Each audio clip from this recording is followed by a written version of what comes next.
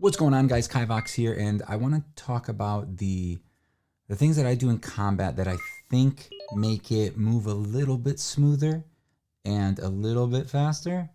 Things that I think make it a little bit more fun, but maybe I'm wrong. These are just things that I do.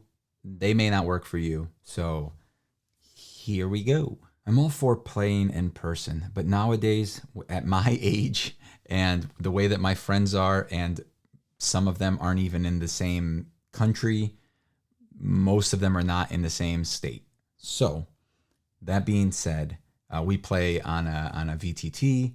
We use Fantasy Grounds. The main reason we use Fantasy Grounds is because it streamlines a lot of combat. It takes a little bit to get used to and to learn, but once you get things set up properly and people know how to use their characters, it is very fast.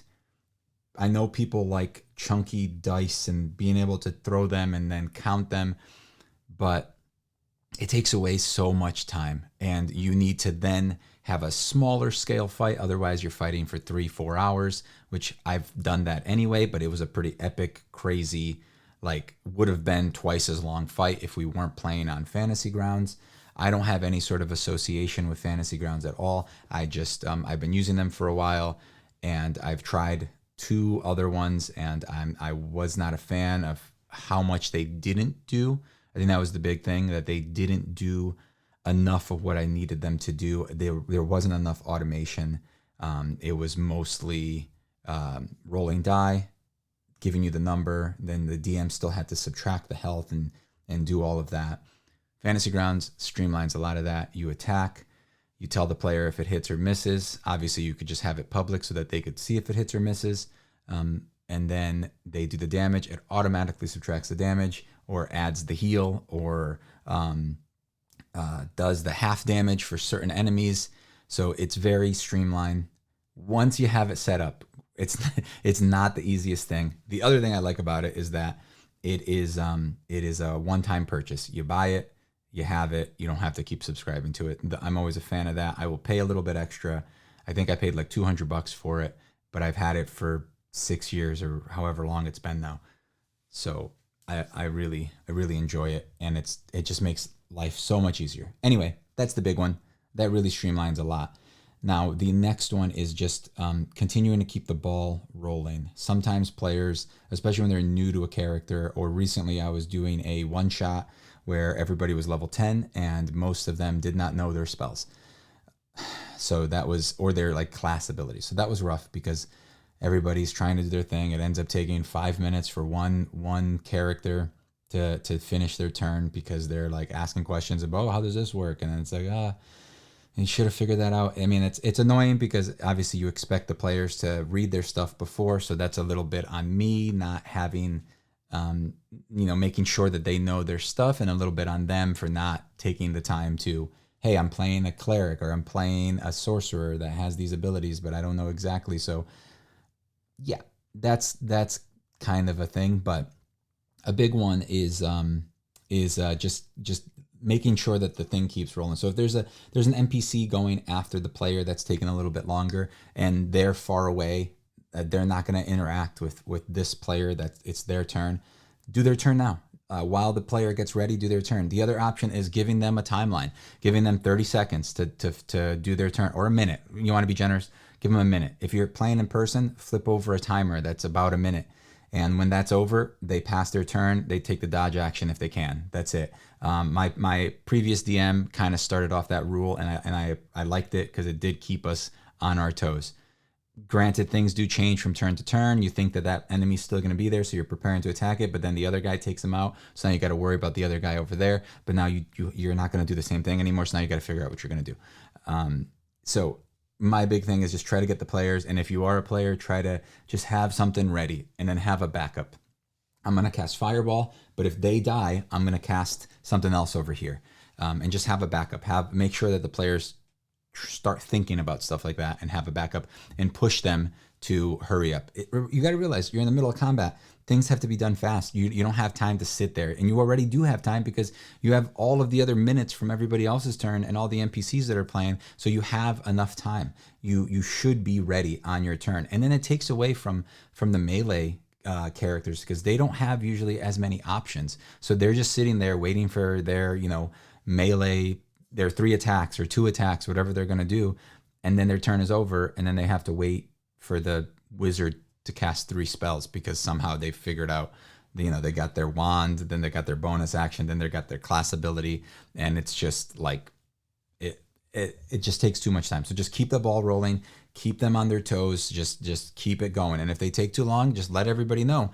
If you take too long, you're going to take the dodge action and we're going to move on. I know that that's not always fun, but it will keep it rolling. It'll keep the combats faster and you won't have as much drag.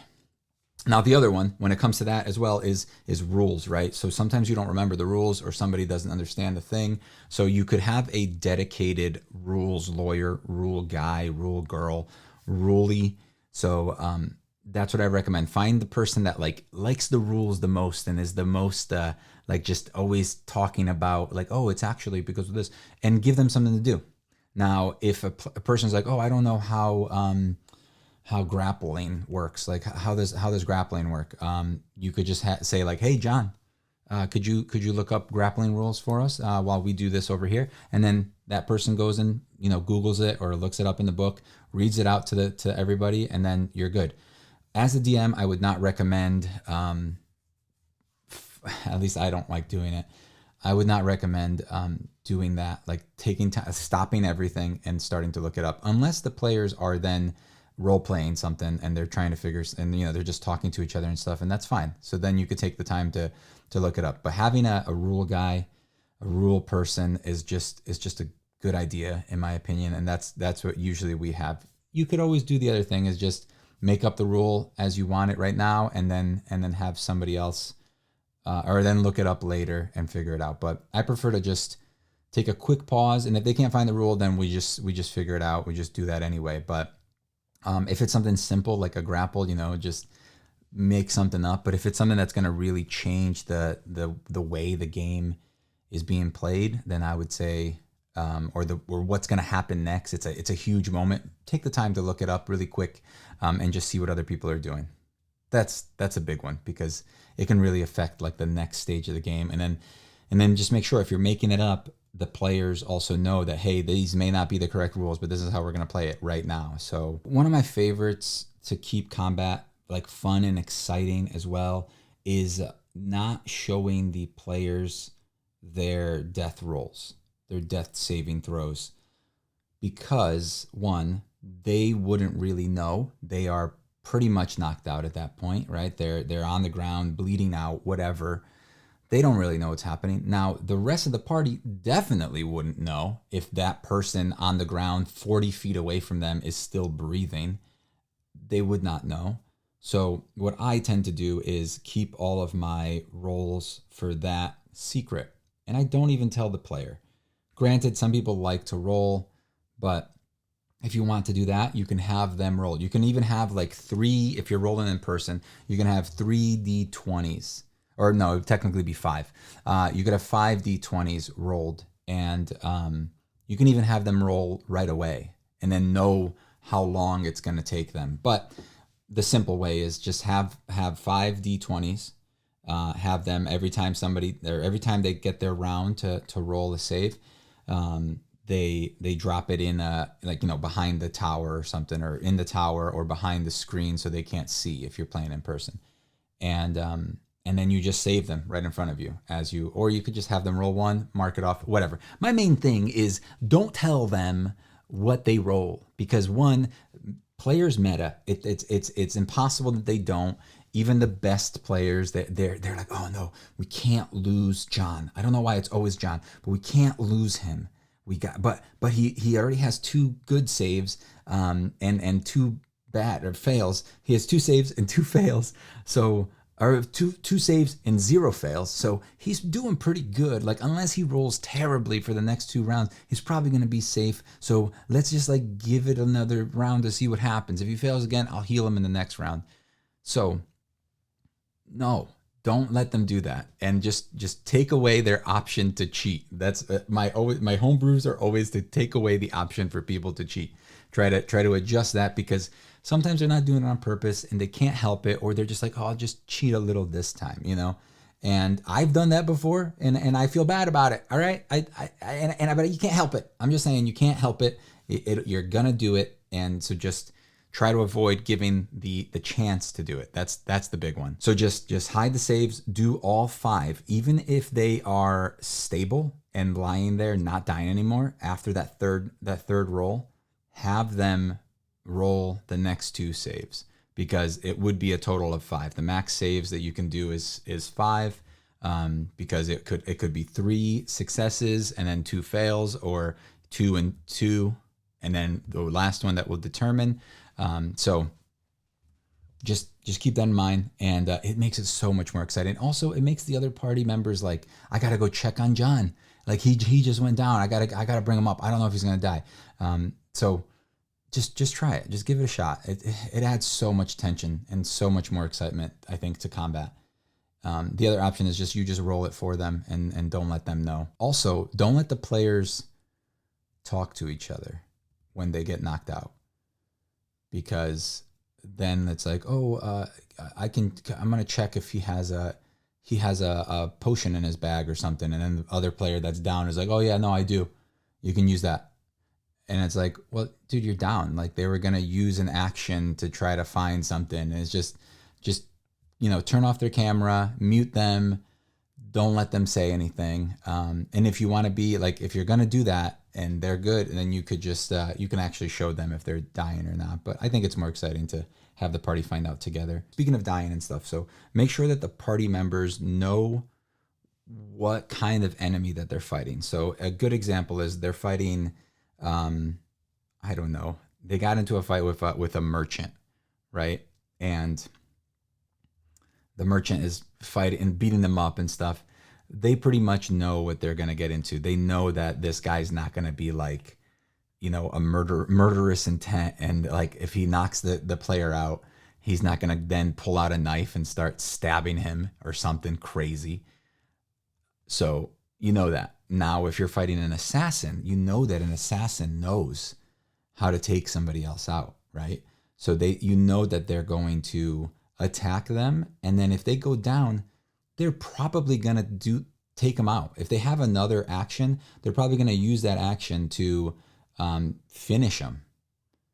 Just understand. They need to understand that not all NPCs are gonna just knock them out and then give them the chance to get back up.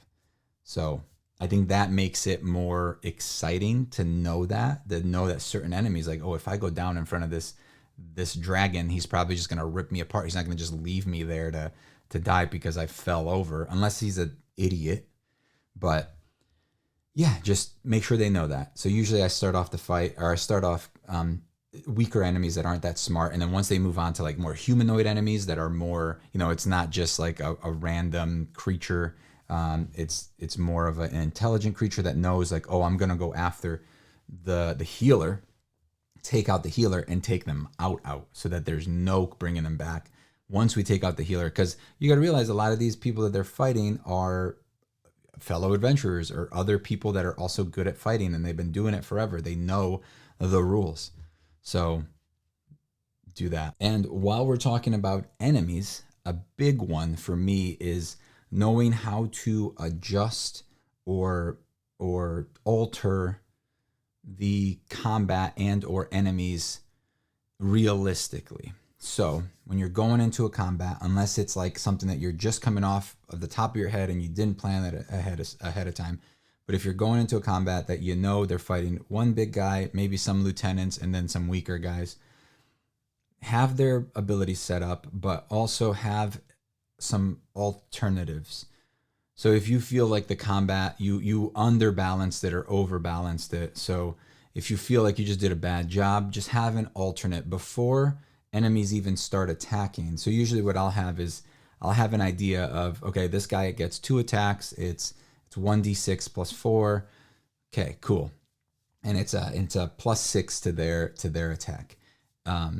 I'll have that, and then I'll have usually like another ability that they can do in their pocket that will only take effect at a certain point. And if I need to use it, than I do. Now, if I feel like the combat is already difficult enough, they may not learn that ability, or they may not have that ability for this fight. And maybe later on, if they fight the same enemy or the same type of enemy again, maybe the new enemy is a little bit stronger. But sometimes I'll take away if an NPC has a ranged attack, right? And it's like, oh, maybe these guys don't have ranged attacks, but if I need it, maybe they do.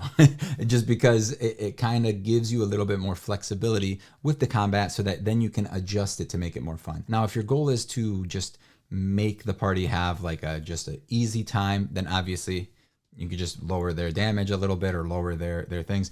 I do like the idea of getting more hits in as opposed to always missing. So a lot of times what I'll do is I'll crank up their HP a little bit, maybe give them 25% more HP, but lower their AC a little bit. So before I increase AC, I will increase health, because I would prefer for the party to hit an enemy, do damage, and just see their health go down a bit, as opposed to never hitting an enemy and then finally hitting them, and it's like, oh, they only had like 10 health.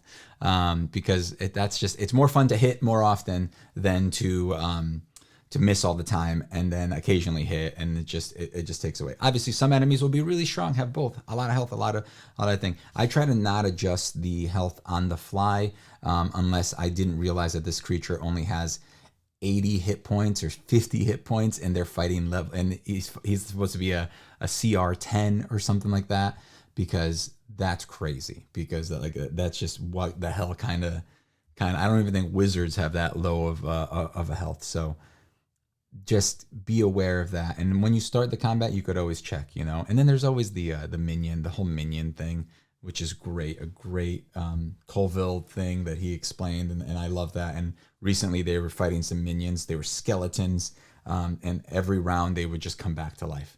So at the beginning of the round, some magical effect happened where all the enemies that got taken out in the last round would rise, and the fight would start all over. It took them about 3 rounds to figure out, maybe we should go try to figure out what's causing this instead of just continuously fighting. It was fun. It was simple. They weren't very strong. They get a couple hits in. I did get a lot of crits with them though, which was super weird. The barbarian was like just taking hits after hit. They actually got pretty beat up.